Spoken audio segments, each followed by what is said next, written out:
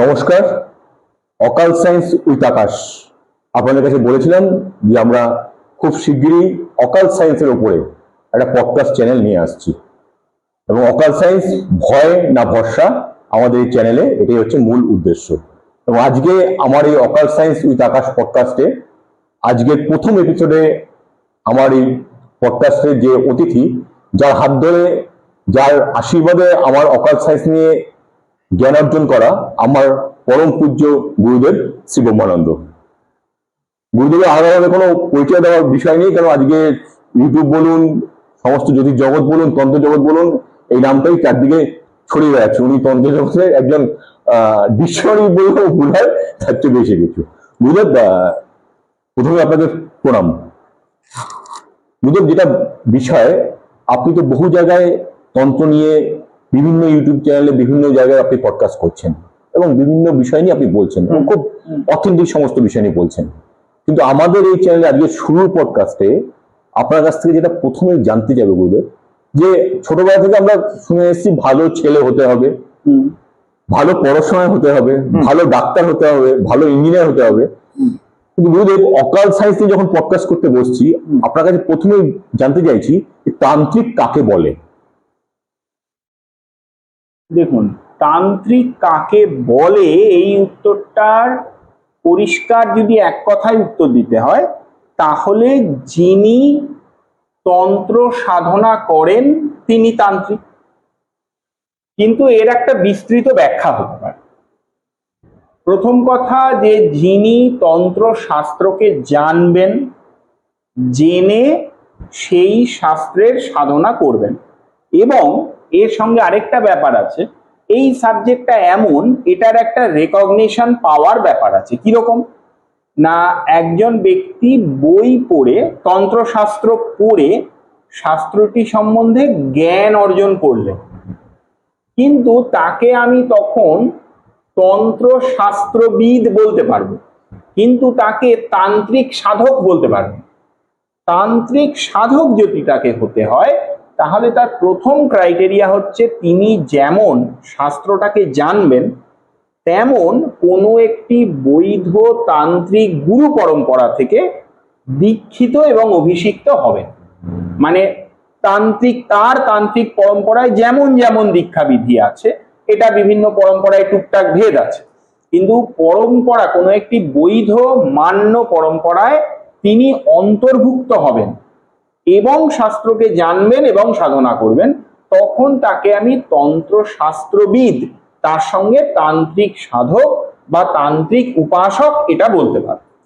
গুরুদেব, সেক্ষেত্রে বলা যায় যে আমরা যখন পড়াশোনা করি, প্রথমে 5, তারপরে মাধ্যমিক, তারপরে উচ্চ মাধ্যমিক, তারপরে গ্রাজুয়েশন, তারপরে তার এমএসসি বা সেরকম তান্ত্রিক হতে গেলে বা তন্ত্রগত পড়াশোনা করতে গেলে কি কি স্টেপ গুরুদেব আছে, সেগুলো যদি আপনি একটু আমাদেরকে বলেন। প্রথম কথাই হচ্ছে, প্রাথমিকভাবে যাকে আমরা বলি সেটা হচ্ছে দীক্ষা। প্রথমে মন্ত্র দীক্ষা। এই মন্ত্র দীক্ষাটা শক্তি মন্ত্র দীক্ষাও হতে পারে, আবার নাম মন্ত্রও হতে পারে, শিব মন্ত্রও হতে পারে। এরম কোনো কোনো পরম্পরা আছে যারা কিন্তু শিব মন্ত্র অথবা অন্য কোনো মন্ত্র দিয়েও দীক্ষা শুরু করে। আচ্ছা, তো প্রাথমিক হচ্ছে দীক্ষা। তারপরে একটি জিনিস কিন্তু সমস্ত পরম্পরাই মানে, যে একটি দীক্ষা হবে যেটি শাক্তাভিষেক সহ হবে।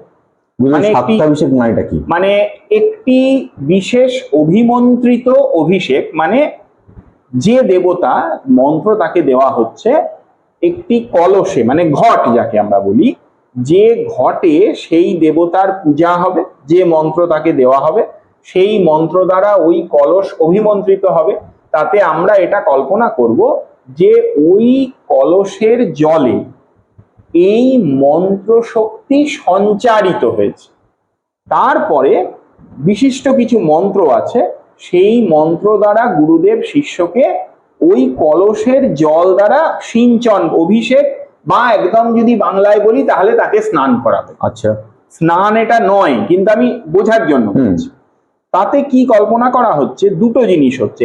এক হচ্ছে আমরা এটা মানি যে স্নান করলে আমাদের দেহ শুদ্ধি হয়, তেমন এই মন্ত্রপুত বাড়ি বা মন্ত্রপুত জল, এটা দ্বারা স্নানে তার সাত্ত্বিক শুদ্ধতা হচ্ছে, এটা প্রথম।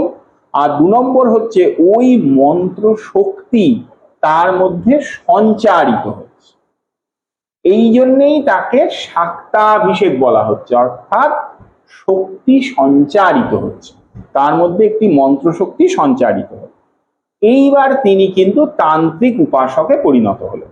আচ্ছা, এরপরে বিভিন্ন পরম্পরায় বিভিন্ন রকমের স্টেপ বাই স্টেপ মন্ত্র দীক্ষা এবং অভিষেকের ব্যবস্থা আছে। যেমন শ্রীকুলের কথা আমি বলি, দক্ষিণ ভারতীয় শ্রীকুলের পদ্ধতিক্রমে এরপরে কিন্তু প্রথমে একের পর এক ক্রমদীক্ষা হয় বিভিন্ন মন্ত্র দ্বারা। এতে বিভিন্ন রকমের ক্রমেরও আবার বিভিন্ন রকমের স্টাইল আছে, মহাবিদ্যা ক্রম, মন্ত্রক্রম, নানা রকম বলা হয়। তো স্টেপ বাই স্টেপ ক্রমদীক্ষা হয়, তারপরে শেষে একটি পূর্ণ দীক্ষা হয় এবং তাতে পূর্ণাভিষেক হয়, এটা একটি পদ্ধতি। আবার পূর্ব বা উত্তর ভারতীয় কিছু পদ্ধতি আছে, সেখানে যেমন এই শাক্তাভিষেকের পরে একটি পূর্ণাভিষেক নামক একটি সংস্কার হয়, তারপরে তাদের ক্রমদীক্ষা হয়। তো এইরকম আছে, কিন্তু এটি ওই যে আমি বললাম বিভিন্ন পরম্পরায় কিছু পদ্ধতিগত ভেদ আছে, কিন্তু দীক্ষা স্টেপ বাই স্টেপ দীক্ষা মানে স্টেপ বাই স্টেপ তাকে একটার পর একটা কঠিন থেকে কঠিনতর সাধনা করানো। যেমন আমরা ওই যে ক্লাস 5-এ পড়েছি, তারপরে একটা বোর্ডের পরীক্ষা 10-এ দিয়েছি, তারপরে 10+2-তে দিয়েছি, ক্রমশ হার্ডার হচ্ছে জিনিসটা। এবং আমি একটা সাবজেক্ট স্পেশালাইজেশনের দিকে ঢুকে যাচ্ছি, এখানেও কিন্তু তাই, ক্রমশ সে একটি স্পেশালাইজেশনের দিকে ঢুকে যাবে। এটাও আবার বিভিন্ন গুরু পরম্পরা এবং বিভিন্ন শিষ্য ভেদে বুঝে, অভিজ্ঞ গুরু যদি হন তিনি বুঝে তাকে কোন একটি নির্দিষ্ট লাইনে ঠেলে দেন। যেমন একজন অভিজ্ঞ মাস্টারমশাই একজন ছাত্রকে একটা প্রপার লাইনে ঠেলে দেন, সেরকম ব্যাপার। বুধু, এক্ষেত্রে একটা প্রশ্ন, ধরুন মাধ্যমিক দেওয়ার পরে আমাদের ঠিক হয় আমরা কমার্স নিয়ে পড়বো না, সায়েন্স নিয়ে পড়বো না, আর্টস নিয়ে পড়বো, তা সবাই কি এলিজিবল এই তন্ত্র দীক্ষার জন্য? বা কোন দেবতার দীক্ষা তাকে দেওয়া হবে, সেটা কিভাবে সেটা ঠিক হয়? শাস্ত্র বলে যে প্রতিটা জীবের যেহেতু মোক্ষ প্রাপ্তির অধিকার আছে, তার মানে সবাই এলিজেবল। কারণ তন্ত্রশাস্ত্র কিন্তু দীক্ষা অভিষেক দেওয়ার ক্ষেত্রে জাতিবর্ণ ভেদ করেনি, মানে জাতিবর্ণ অনুযায়ী অমুকে নিতে পারবে বা অমুকে নিতে পারবে না এমনটা বলেনি। কিছু নিয়ম বলেছে, বর্ণভেদেরও কিছু নিয়ম আছে, কিছু নিয়ম বলেছে, কিন্তু অমুকে পারবেই না, ও বাদ, এমন কথাটা কিন্তু তন্ত্র কখনো বলেনি। তন্ত্র সবাইকে গড়ে পিটে নেওয়ার পদ্ধতিতে বিশ্বাস করে। এটা কিন্তু তন্ত্রের একটা ভীষণ পজিটিভ অ্যাঙ্গেল, যে ঠিক আছে এই লোকটা হয়তো তার এনার্জি লেভেল কম, কিন্তু তাকে আমি তৈরি করে নেব, এই জিনিসটাই তন্ত্র বিশ্বাস করে। ফলে এলিজেবল এভরিবডি। কিন্তু এবার হচ্ছে যিনি, এই জন্য অভিজ্ঞ গুরু ভীষণ জরুরি, যে একজন গুরু, একজন যিনি উৎসাহী ব্যক্তি এসেছেন, তার সঙ্গে কথা বলে, তার সঙ্গে মিশে এটা স্থির করবেন যে এর জন্য কেমন সাধন পদ্ধতি ঠিক হবে। এই জন্য কিন্তু তন্ত্র বলেছে যে ঝট করে প্রথমেই তান্ত্রিক দীক্ষা নিও না বা দিও না, আগে কিছুদিন সঙ্গ করো, গুরু শিষ্য সঙ্গ করবে, শিষ্যও গুরু সঙ্গ করবে, করে বুঝে নেবে। দেখ, এটাও খুব সত্যি কথা যে সব গুরু সব পদ্ধতিতে এক্সপার্ট নন না। হয়তো এমন একজন শিষ্য এলেন, তিনি এমন পথে চলতে চান যে পথের উপযুক্ত হয়তো যার কাছে প্রথমে সে এসেছে সে নয়, দুজন দুজনের সঙ্গে সঙ্গ করলেই বুঝতে পারবে। তেমন আবার শিষ্য যা চাইছে হয়তো সে সেটার জন্য এলিজিবল নয়, সেই জন্য তাকে তৈরি করতে হবে, তাকে স্টেপ বাই স্টেপ করাতে হবে, সেই জন্য গুরুকেও শিষ্যকে বুঝে নিতে হবে। এই জন্য কিন্তু এই কথাটা প্রথমেই বলা হয়, আগে সঙ্গ করো কিছুদিন, গুরু সঙ্গ বলতে যে কথা বলা হয়, সঙ্গ আগে করো, তারপরে যদি তোমার দেখা যায় ঠিক ম্যাচ হচ্ছে না, তাহলে সসম্মানে তুমি তার সঙ্গে সম্পর্ক রাখো, কিন্তু তাকে গুরু পদে বরণ করো না, তুমি অন্য জায়গা অন্য আবার কাউকে দেখো। কিন্তু প্রথমেই ঝট করে নিয়ে ফেলা, এর কিন্তু কিছু নেগেটিভ এফেক্ট আজকে দেখাও যাচ্ছে। কোনো বিচার ছাড়া ঝট করে নিয়ে ফেলছি, তারপরে দেখা যাচ্ছে এর সঙ্গে আমার ঠিক ফ্রিকোয়েন্সি ম্যাচ করছে না, তখন অসুবিধা নানা রকম। এতে কি হয়, এতে কিন্তু সাধন পথ বিঘ্নিত হচ্ছে, আমার সময় নষ্ট হয়ে গেল, গুরুরও হলো শিষ্যরও হলো। এইটা বুঝতে হবে। গুরুদেব, যখন এই তান্ত্রিক দীক্ষা বা তন্ত্র কথা আসে তখন আমরা দুটো ঘরানার নাম পাই, একটা তীর্থনাথ আর একটা নাথ। দুটোর মধ্যে পার্থক্য কি? পার্থক্য বলতে পদ্ধতিগত, সাধন পদ্ধতিগত পার্থক্য আছে। আর মূলত সেটা হচ্ছে সদাশিব থেকেই সব পরম্পরা এসেছে, কিন্তু কোনো বিখ্যাত ব্যক্তির হাত ধরে তো কোনো একটি পরম্পরায় একটা সাধন পরম্পরা বা সাধন গোষ্ঠী তৈরি হয়েছে, সেই অনুযায়ী কিছু উপাধিগত ভেদ হয়েছে। মূলত কিন্তু তন্ত্রশাস্ত্র এই কথা বলেছে যে দীক্ষান্তে একটি আনন্দ নাথান্ত নাম হবে। আচ্ছা, অর্থাৎ নামের শেষে একটি আনন্দ শব্দ থাকবে এবং একটি নাথ শব্দ থাকবে। এবার এর সঙ্গে গিরি, সরস্বতী, তীর্থ এই রকম শব্দ যুক্ত হতে দেখা গেছে। গোরক্ষনাথ বলে একটা কিছু আছে। গোরক্ষনাথ একটি সম্প্রদায়, কিন্তু গোরক্ষনাথজির যে সম্প্রদায়টা, এইটা নিয়ে কিন্তু প্রচুর মতভেদ এবং দ্বিমত আছে প্রচুর। যে গোরক্ষনাথজি সম্প্রদায়টা কি শুধুই তান্ত্রিক সম্প্রদায়? কারণ গোরক্ষনাথজি সম্প্রদায় বর্তমানে যা আছে তা যদি আমরা ফলো করি, তাদের মধ্যে আমরা কিন্তু একটু নাথ, শৈব নাথ পরম্পরা যেন দেখলে শৈব মনে হয় বেশি। তো এরকম কিছু ব্যাপার আছে। তবে গোরক্ষনাথ, মৎস্যেন্দ্রনাথ এরা অবশ্যই একটি পরম্পরার মাথা, এটা নিয়ে কোনো সন্দেহ নেই। মানে এদের নামও কিছু কিছু জায়গায় আমরা প্রাচীন টেক্সটে পাই, তন্ত্রের কনটেক্সটে। তো সেই জন্য এরা অবশ্যই একটি মাথা। কিন্তু আনন্দনাথান্ত নাম হবে এই কথাটা তো তন্ত্রে সদাশিব বলেছেন, তার মানে সেটি তো সৃষ্টি কলিযুগের শুরুতেই বলেছেন, বা যখন পার্বতীকে তিনি তন্ত্র উপদেশ করছেন তখনই বলেছেন।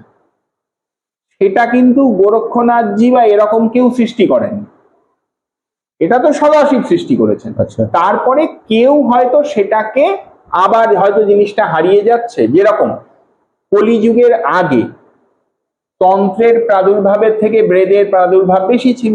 কলিযুগে যখন তন্ত্রের প্রাদুর্ভাব বাড়লো, তখন এই সমস্ত সাধকেরা এই সিস্টেম গুলোকে আবার খানিকটা হয়তো বেশি রিভাইভ করেছেন। সৃষ্টি করেছেন এটা বলা যাবে না, সৃষ্টিকর্তায় গোটা সিস্টেমটার সদাশিব। বুঝলি, নাথ পরম্পরা বা নাথ ঘরানা এটা মূলত দক্ষিণ ভারতে বেশি প্রচলিত।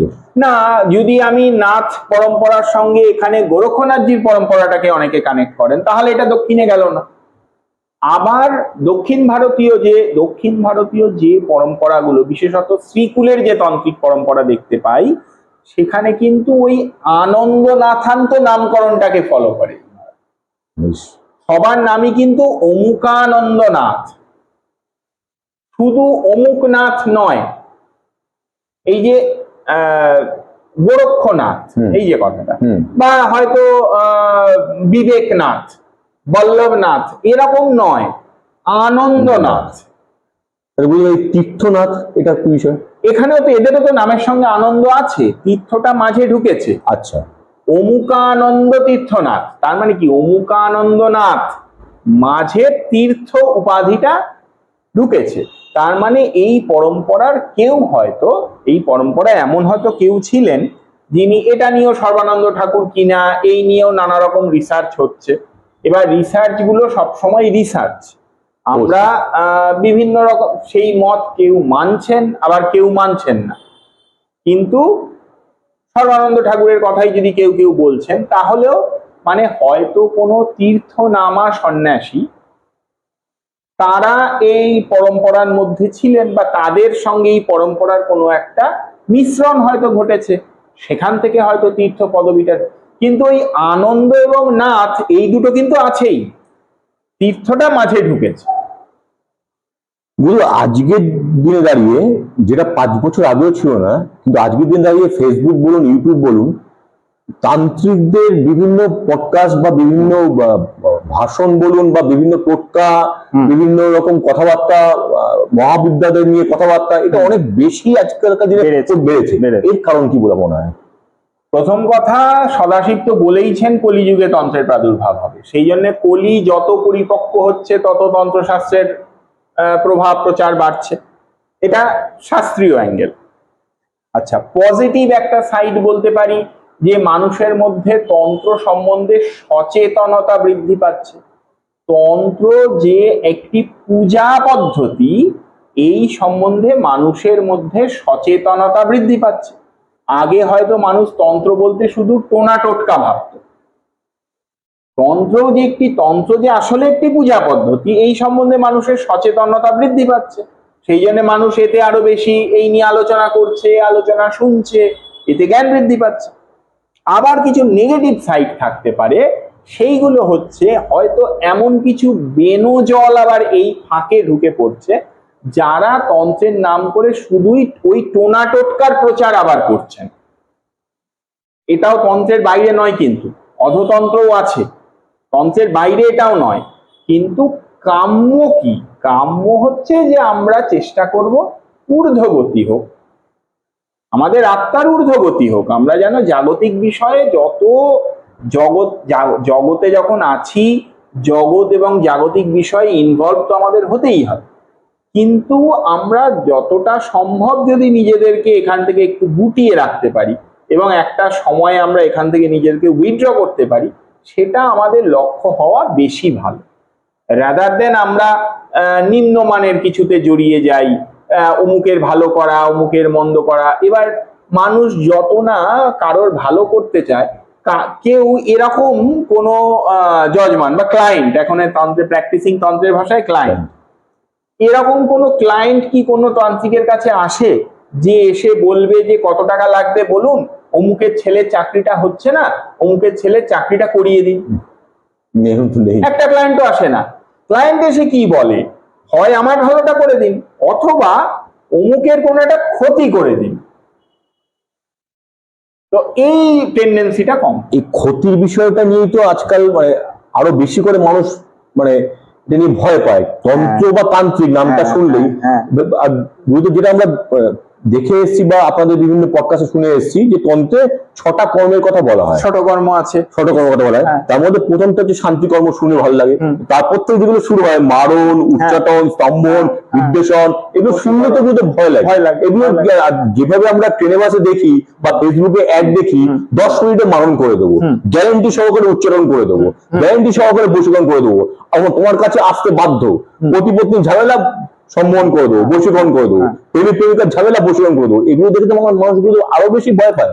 এগুলো সত্যি হয় 10 মিনিটে? 10 মিনিটে হয়। যদি কেউ আমায় জিজ্ঞাসা করে শতকর্ম হয় কিনা, আমি বলবো সদাশিব যখন তন্ত্রে বলেছেন শতকর্মের কথা, তাহলে শতকর্ম হয়। তান্ত্রিক শতকর্ম, একদম বিশুদ্ধ সদাশিব প্রোক্ত তন্ত্রোক্ত শতকর্ম। কেউ যদি দেখেন তাতে যে পদ্ধতিগত কমপ্লিকেশনস গুলো বলা আছে, সেটা কয়েক ঘন্টা কেন, হয়তো কয়েক দিন লাগবে একটা প্রয়োগ ঠিকভাবে করতে। তাহলে কি করে 10 মিনিটে হবে? 10 মিনিটে কিছু হয়।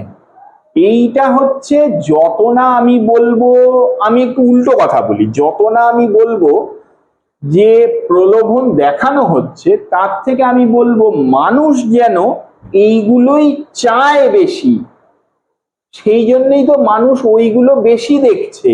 আমি যদি কাউকে বলি, আমি যদি আজকে 2টো রিল করে ফেসবুকে ছাড়ি, একটা রিলে বলি যে এই দুর্গাপুজোর সময়, এই যে সামনে দুর্গাপুজো আসছে, দুর্গাপুজোর সময় আপনি রোজ 1 ঘন্টা এই পুজোটা করুন, যেটা তার সবার অধিকারের মধ্যে পড়বে। ধরুন দুর্গা নাম জপ করতে বললাম, রোজ 1 ঘন্টা করে দুর্গা নাম জপ করুন, আহার নিদ্রায় সংযম রাখুন, একটা রিল করলাম। আরেকটা রিল করলাম, আমি একটি মন্ত্র বলে দিচ্ছি, আপনার যে কোনো লোক আপনার সামনে আসবে, তার সামনে আপনি এই মন্ত্রটা মনে মনে 5 বার বলবেন, সে আপনার কথাই উঠবে বসবে।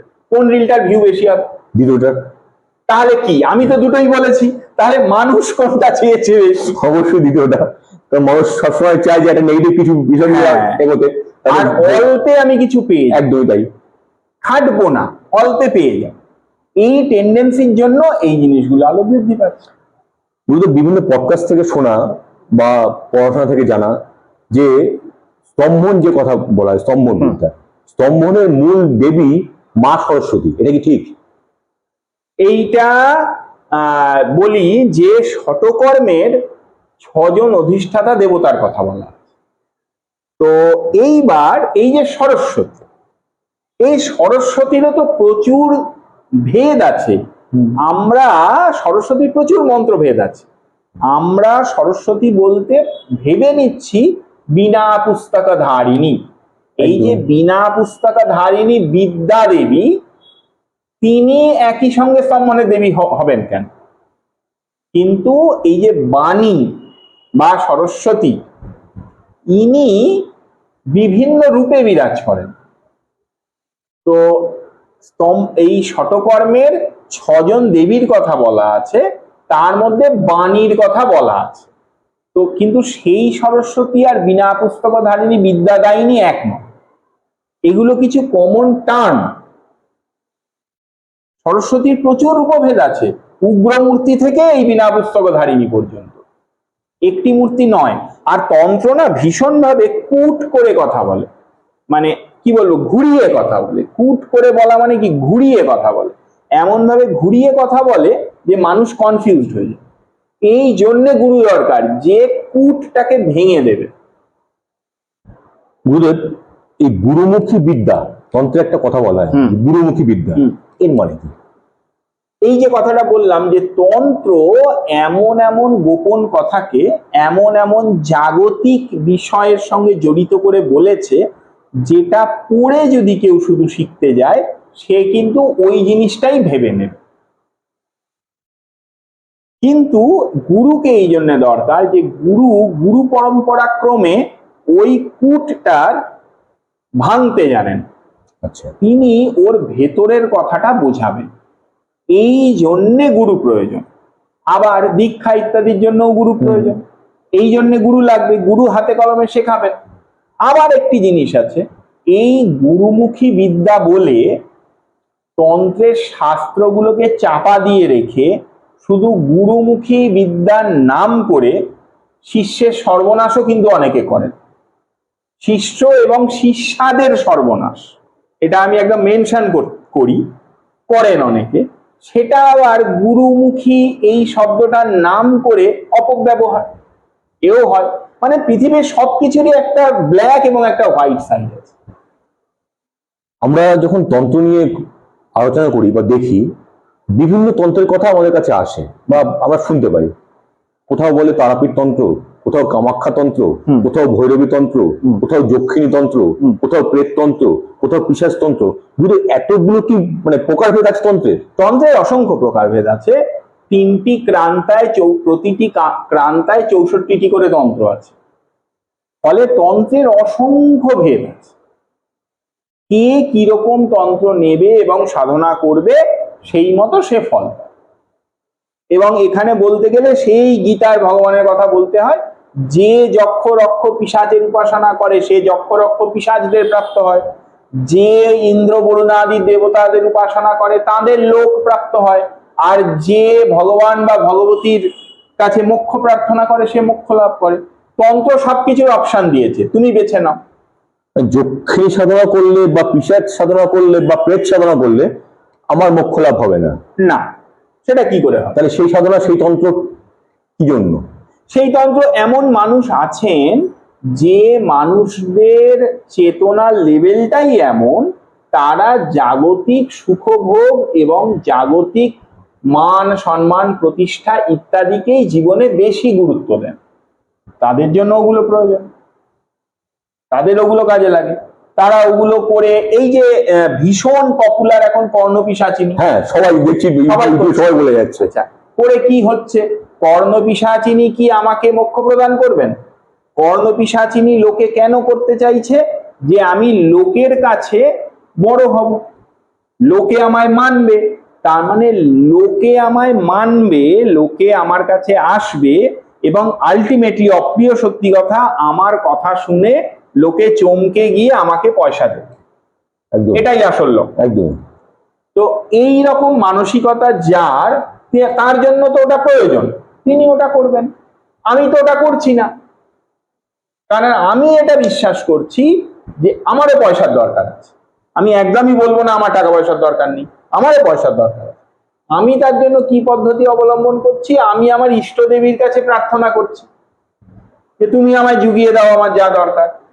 তিনি তো জুগিয়ে দিচ্ছেন। তো এইটা হচ্ছে মানে কি বলবো, ভাবধারার তফাৎ। খারাপ ভাবে যারা করছে তারাও অর্থ উপার্জন করছে, আর যারা নিষ্ঠাভরে করছে তারাও অর্থ উপার্জন করছে। হ্যাঁ, তাহলে এক্ষেত্রে দাঁড়িয়ে তফাৎ কি হলো? তফাৎটা কি হলো? তফাৎ হলো তার সঙ্গে আমি যে তার কৃপা পাচ্ছি আর সেই লোকটা পাচ্ছে না।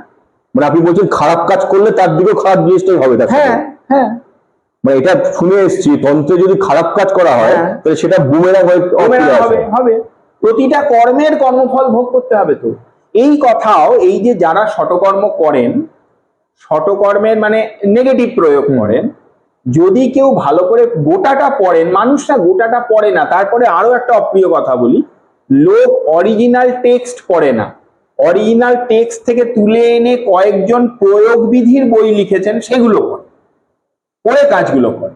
যদি অরিজিনাল টেক্সট পড়ে, অরিজিনাল টেক্সটে কিন্তু প্রতিটা কাজের পরে প্রায়শ্চিত্ত করার কথা লেখা আছে। দুটো ভয়ঙ্কর কথা লেখা আছে। এক হচ্ছে শতকর্মের যে কোনো কাজ করার পরে প্রায়শ্চিত্ত করতে হবে, কেউ করে না।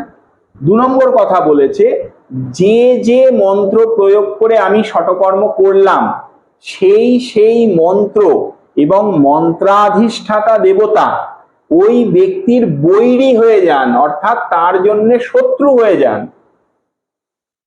এই লাইনটাই কেউ পড়ে না। তার কারণ অরিজিনাল টেক্সট পড়ে না, সদাশিবকে পড়ে না। যারা ওই পরের টোটকার বইগুলো লিখেছে, ওখান থেকে পদ্ধতিটা তুলে এনে লিখেছে, ওইটা পড়ে করছে। সেখানে প্রায়শ্চিত্ত করার কথা লেখা নেই, আর ওই সতর্কবাণীটাও দেওয়া নেই কিন্তু, যে এ কিন্তু তোমার শত্রু হয়ে যাবে, সেটাও দেওয়া নেই। তন্ত্র বলতেই সবাই বলো তন্ত্র, ও তো মদ মাংসের ব্যবহার, বিচ্ছির ব্যবহার। তন্ত্রের সাথে মদের সম্পর্কটা কি এবং কতটা গুরুত্বপূর্ণ? তন্ত্রের সঙ্গে মদ, মাছ, মাংস মানে মদ্য, মাংস, মৎস্য, মুদ্রা, মৈথুন অঙ্গাঙ্গী ভাবে জড়িত। এইবারে এই জড়ানোটা কিরকম জড়ানো? এই জড়ানোটা আসলে এই 5টা বস্তুর থেকে নিজের চেতনাকে তুলে আনা, সরিয়ে আনা, অ্যাটাচমেন্ট মানে আসক্তি থেকে বেরিয়ে আসা, আসক্তির থেকে বেরিয়ে আসার জন্য তন্ত্রে কারণ বা মদের ব্যবহার মদ খাওয়া প্র্যাকটিস করা বা শেখার জন্য করা হয় না, ওটার প্রতি আসক্তি ত্যাগ করার জন্য। কিন্তু এটাই তো বহুল প্রচলিত যে তন্ত্র করা মানে মদ খাওয়ার লাইসেন্স, মানে তুমি সবার সামনে বসে মদ খাও, কারণ তুমি তন্ত্র করছো। হ্যাঁ, এটা বহুল প্রচলিত। এটা তো বিকৃতি, এটা তো বিকৃতি। তাহলে তন্ত্রে তো পঞ্চম তত্ত্ব মৈথুন, তাহলে তন্ত্র মানে কি ওপেনলি মহিলাদের সঙ্গে মেলামেশা এবং যা খুশি করার লাইসেন্স? সেটাই না, ওই অ্যাটাচমেন্ট থেকে সরে আসার জন্য, মানে এটা যে আসক্তি থেকে বেরিয়ে আসার জন্য এটা করার জন্য। তো ধরুন এই যে তন্ত্রে আমরা দেখি, তন্ত্র শুধু না, ধরুন আমি কালভৈরবের মন্দিরে পুজো দিতে গেছি, আমি সেখানে দেখেছি লোকে কালভৈরবকে কারণের বোতল তাকে নিবেদন করছে। এর মানে কি? কালভৈরব কি কারণ খায়? এইখানে একটা ব্যাপার আছে, কিছু উগ্র দেবতা আছে, যে উগ্র দেবতাদের পক্ষে এই সমস্ত নেগেটিভ জিনিসপত্র সেগুলোকে হজম করে নেওয়া সম্ভব। কাল ভৈরবের সেই ক্ষমতা আছে যে তার কাছে পৌঁছলে, তার একটা ছবির কাছে বলছি, মানে কাল ভৈরবের কাছে পৌঁছলে মদের মধ্যে যে বিকার, আচ্ছা মদের খারাপ কি? মদের খারাপ হচ্ছে মদের বিকার।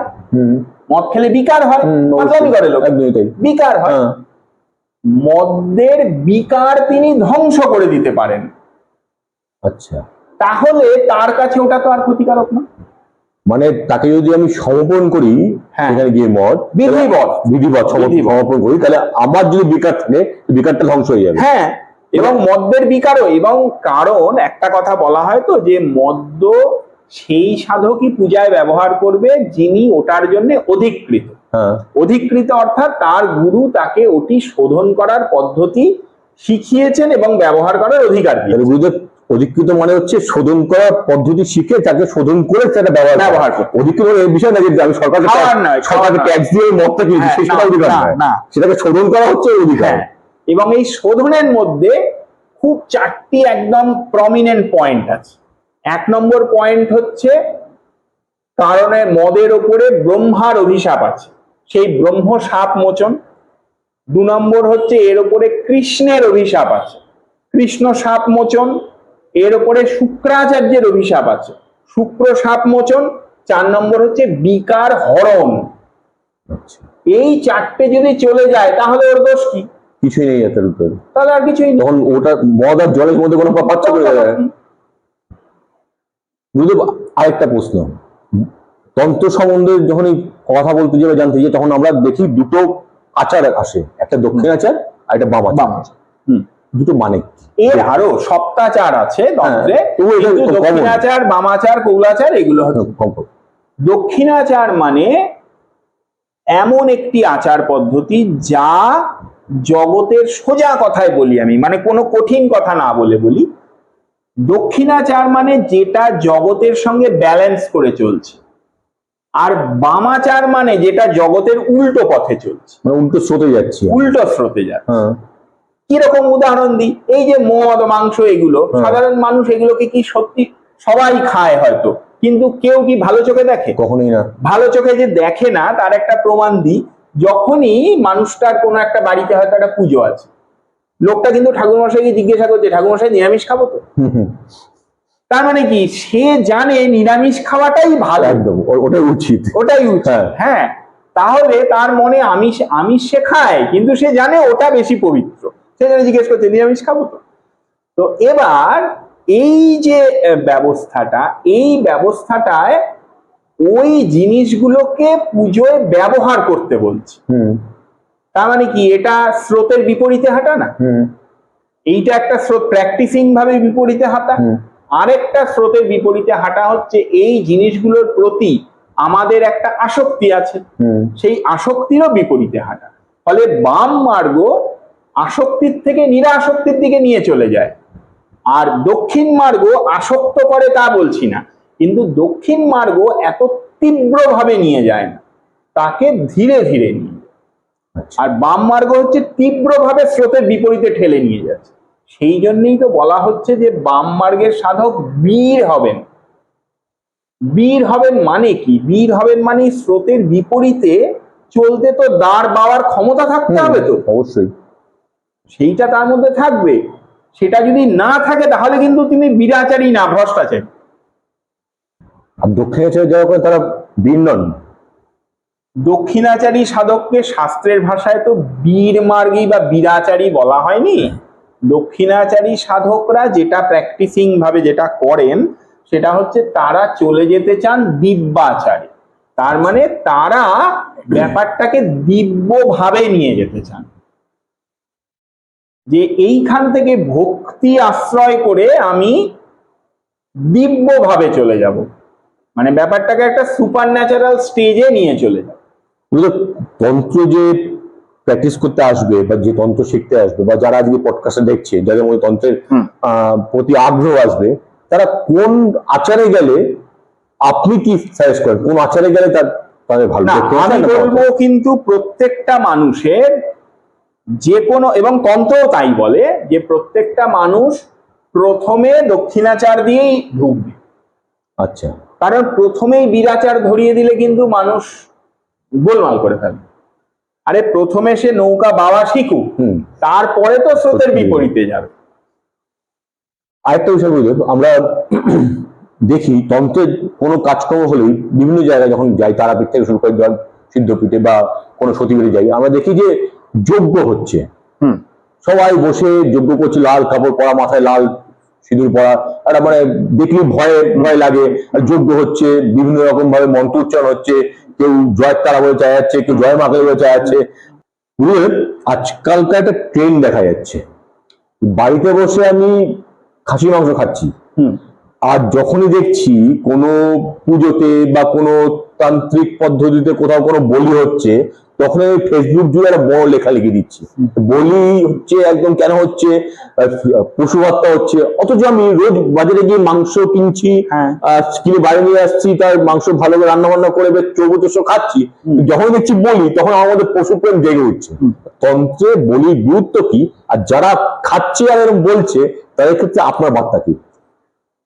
দেখুন, শাস্ত্র একটি কথা বলে, একটা পরিষ্কার শ্লোক, যে যজ্ঞার্থে পশব সৃষ্টা যজ্ঞার্থে পশু ঘাতনম। এই কথার পরিষ্কার মানে হচ্ছে এই জগতে যত পশু আছে, আমরাও পশুর মধ্যেই পড়ি। তো এই জগতে যত সৃষ্টি আছে, যত পশু আছে, তা সবই ভগবান সৃষ্টি করেছেন। তাদের প্রাণও যদি কেউ নেওয়ার অধিকারী হয়, একমাত্র ভগবান। ফলে ভগবত পূজাতেই একমাত্র যদি কোনো ক্ষেত্রে বলিদানের ব্যবস্থা ঋষিরা অনুভব করে থাকেন এবং লিখে থাকেন, সেটাই মান্য। আমার প্রয়োজনে আমি পশু হত্যা করতে পারি না, এইটা একদম সোজা সপাট সত্যি কথা। আমার ব্যক্তিগত প্রয়োজনে আমি পশু হত্যা করতে পারি না, এটা খুব অপ্রিয় সত্যি কথা। লোকে ফুড সাইকেলের কথা বলে, ফুড চেন, ফুড সাইকেল এগুলো বলে। ফুড চেন বা ফুড সাইকেলে মানুষ কি কোনোভাবে, বা মানুষের স্বাভাবিক স্ট্রাকচার, আমাদের দাঁত যেগুলো দেখে মাংসাশী এবং নিরামিষাশী প্রাণী চেনা হয়, আমাদের দাঁতের স্ট্রাকচার, আমাদের গাট স্ট্রাকচার, এগুলো কি আমাদের মাংসভোজী হওয়ার কোনো নিদর্শন দেখায়? দেখায় না। আমাদের ক্যানাইন কোথায়? নেই। মাংস ছিঁড়ে খাওয়ার দাঁত তো আমায় প্রকৃতি দেয়নি, আমায় মোলার গুলো দিয়েছে, চিবিয়ে চিবিয়ে খাওয়ার জিনিস দিয়েছে।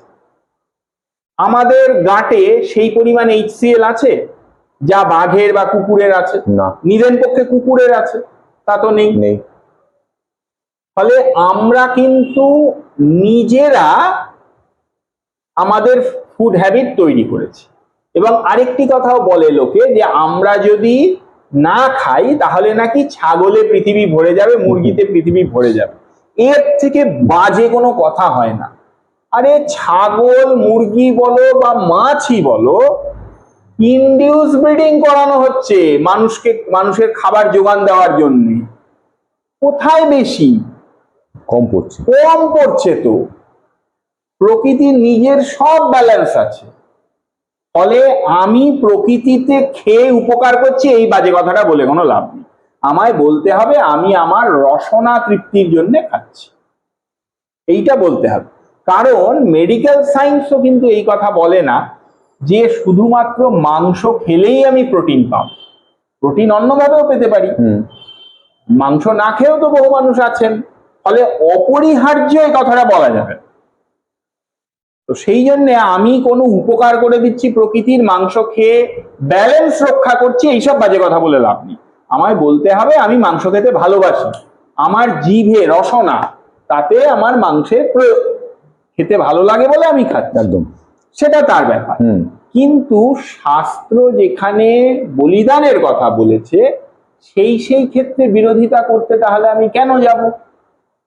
ছেড়ে দেব বক্তব্য। পশু হত্যা আমি রোজ এমনি করছি, আর সারা বছরে পুজোয় যদি দুটো পশু হত্যা হয়, তখন আমার পশু প্রেম যদি জেগে ওঠে, তাহলে আমি তো সঠিক পশু প্রেমী নই। আরো একটা অপ্রিয় সত্যি কথা, বর্তমানে পশু প্রেম তো শুধু কুকুর এবং বিড়ালে সীমাবদ্ধ, বিশেষত কুকুরে। আচ্ছা, শুধু কুকুরটাই পশু, ছাগলটা পশু না? অবশ্যই পশু। ছাগলটার প্রতি আমার কোনো প্রেম নেই। ব্রয়লার মুরগিটা পশু না? তার প্রাণ নেই, তার যন্ত্রণা হয় না? আছে। শুধু কুকুরেই কেন প্রেম? কুকুরে প্রেমে আমার কোনো আপত্তি নেই, কিন্তু শুধু কুকুর প্রেম করে নিজেকে পশু প্রেমী বলছি কেন? পশু প্রেমী হওয়া কষ্টকর। প্রকৃত পশু প্রেমী হতে গেলে কষ্ট করতে হবে, নিজেকে অনেক মানে রসনা, নিজেকে অনেক জায়গা থেকে সংযত করতে হবে।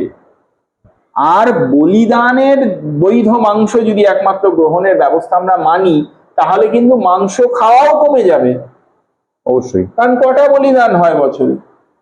হয় না।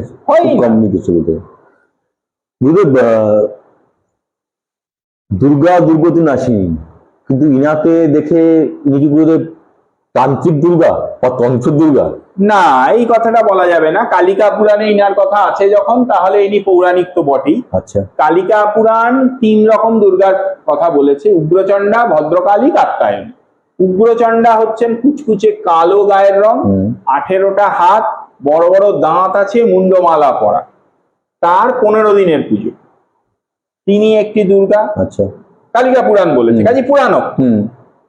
ভদ্রকালী তার কথা বলেছে, তার নীল গায়ের রং, তার 16টি হাত, তিনি অর্ধ সৌম্য অর্ধ উগ্র, তার প্রতিপদ থেকে নবমী 9 দিনের পূজা। আচ্ছা, ইনি হচ্ছেন সেই ভদ্রকালী। ভদ্রকালী। আচ্ছা, আর একটি বলেছে তিনি উজ্জ্বল গৌরবর্ণা দশভুজা কাত্যায়নী, যাকে আমরা নিয়মিত পূজা করছি। তো তন্ত্রেও আছে, ইনি তান্ত্রিকও বটে পৌরাণিকও বটে।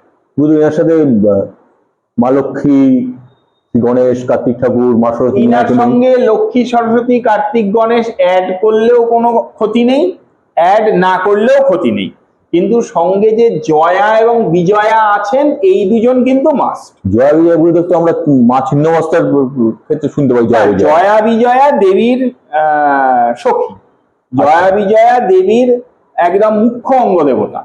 ফলে জয়া বিজয়া বিভিন্ন মূর্তিতে মায়ের বিভিন্ন রূপের সঙ্গে থাকে। তো এই রূপের সঙ্গেও মানে খড়গ চর্মধারিণী বলছে, আচ্ছা। মানে ঢাল তরোয়াল হাতে বা খড়গ হাতে নিয়ে জয়া বিজয়া দেবীর সঙ্গে থাকেন, এবং দেবীর সঙ্গে তারা যুদ্ধেও, মহিষাসুরের সঙ্গে যুদ্ধেও ছিলেন। বুঝলো, ইনার পুজো কবে থেকে শুরু হয়? ইনার পুজো শুরু হবে মহালয়ার পরের দিন থেকে, তার মানে শুক্লপক্ষের প্রতিপদ থেকে, প্রথমা থেকে শুরু হয়। হ্যাঁ, প্রতিপদ থেকে শুরু হয়ে নবমী পর্যন্ত 9 দিন। আচ্ছা, মানে আর ইনার বিসর্জন কি দশমীর দিন, মানে যেরকম দশমীর দিন বিসর্জন প্রত্যেকেরই, 3 দুর্গারই দশমীতেই বিসর্জন। পুজোর শেষ প্রশ্ন, ভালো তান্ত্রিক হতে গেলে কি হতে হবে আপনার নজরে? প্রথম কথা, তন্ত্রশাস্ত্র নিয়ে পড়াশোনা করতে হবে।